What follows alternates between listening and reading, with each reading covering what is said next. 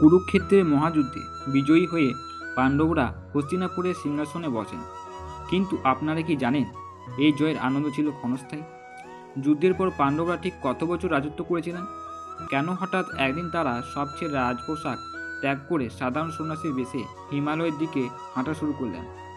সবচেয়ে বড় রহস্য হলো মহাবীর অর্জুন, মহাশক্তিধর ভীম বা পরম সুন্দরী দ্রৌপদী কেউ কেন সশরীরে স্বর্গে পৌঁছতে পারলেন না? কেন পথের মধ্যে একে একে তারা মৃত্যুর কোলে ঢলে পড়লেন?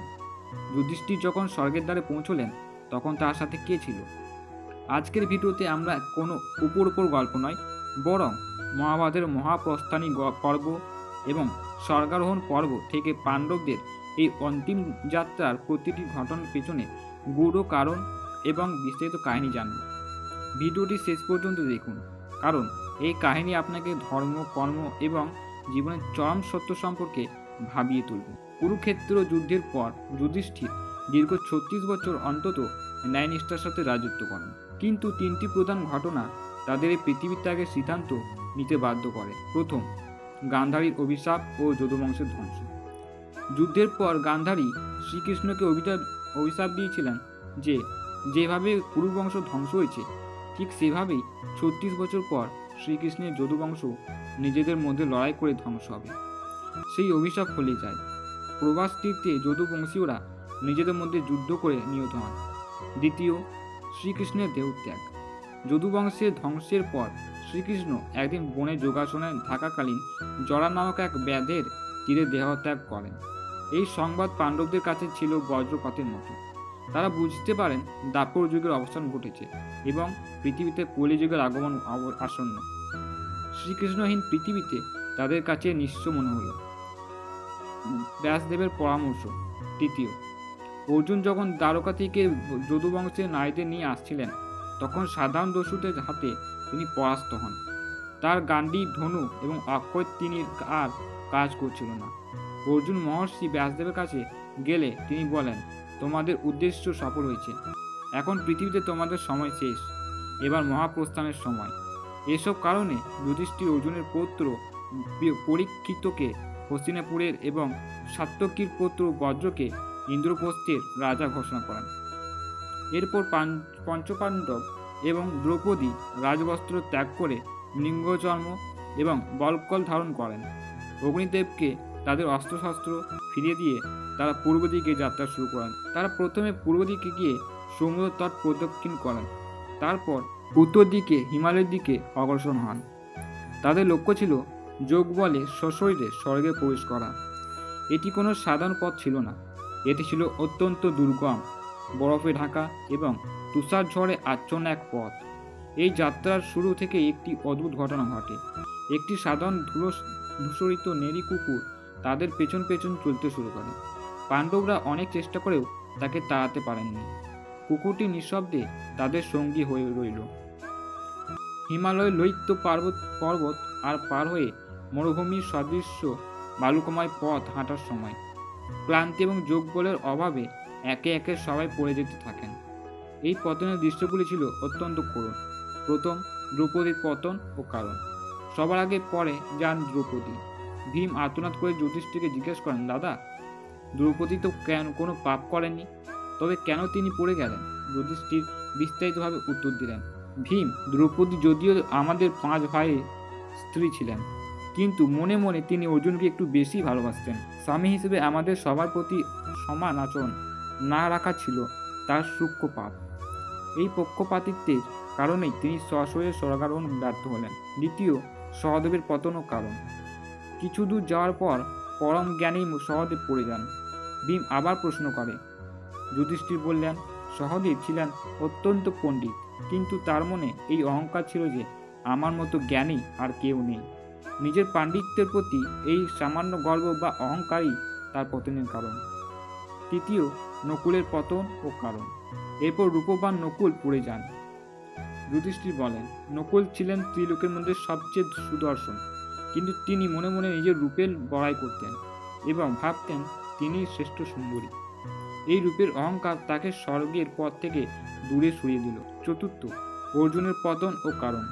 মহাবীর অর্জুন, যার গান্ধারীর টঙ্কারের একসময় পৃথিবী কেঁপে উঠত, তিনিও পড়ে গেলেন। ভীম হতভম্ব হয়ে কারণ চাইলেন। যুধিষ্ঠির বললেন, অর্জুন কুরুক্ষেত্র যুদ্ধের আগে প্রতিজ্ঞা করেছিল যে তিনি একদিনই সমস্ত শত্রুকে বিনাশ করবেন, কিন্তু তিনি তা পারেননি। বীরত্বের বড় বড় কথা বলা কিন্তু তা কাজে প্রমাণ করতে না পারা, এটি ছিল তার মিথ্যা দম্ভ। এছাড়া তিনি ভাবতেন তার মতো ধনুর্ধর আর কেউ নেই। এই অতিরিক্ত আত্মবিশ্বাস ও দম্ভই ছিল তার কাল। পঞ্চম, ভীমের পতনের কারণ। অবশেষে মহাশক্তিধর ভীম নিজেই পড়ে যান। পড়ে যাওয়ার সময় তিনি ক্ষীণ স্বরে জিজ্ঞেস করেন, দাদা, আমি তো সর্বদা আপনার অনুগত ছিলাম, তবে আমার কি অপরাধ? যুধিষ্ঠির বললেন, ভীম, তোমার দুটি বড় দোষ ছিল।